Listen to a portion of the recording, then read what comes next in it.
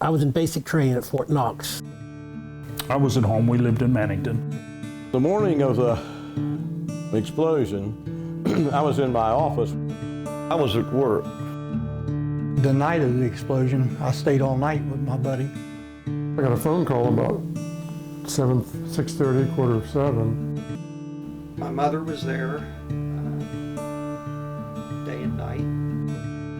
1968, on November the 20th, the Farmington mine exploded, and 78 miners lost their lives almost instantly. And it took 10 years of attempts to recover those who lost their lives in that tragedy. And unfortunately, 19 of those miners are still entombed at Farmington. Morning in November, year of 68, a blast blew out Llewellyn, and the ground began to shake in the mine. Number 9. Many of these families were fairly large. I've spoken to families that had many children at home still yet. The day that these miners left home, most of their wives did not work. They took care of large families and make sure the home was running well. The kids got off to school, had enough to eat, make sure everything was protected at home.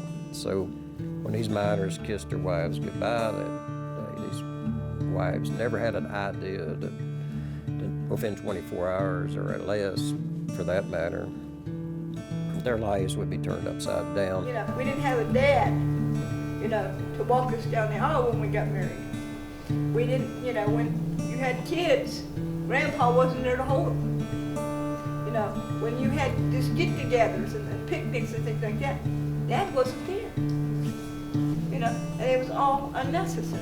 9 days and nights, those fires went on to burn. And 10 mornings later, this news their families learned: they've sealed the mine. Number 9. For them to get the news about what was going on from television or radio was inappropriate. They needed to know. I remember the company store being, I think it was open, I'm almost certain, and some of the people went in there. Nobody from the company was there to let us know what happened.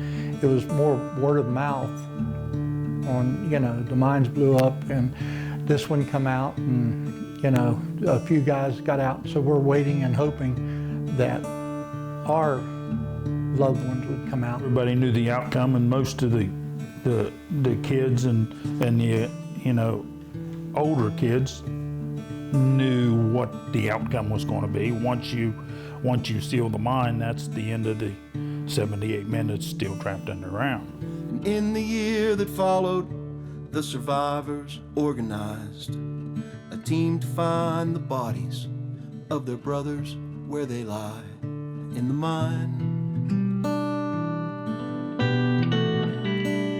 Number 9. They was asking for volunteers.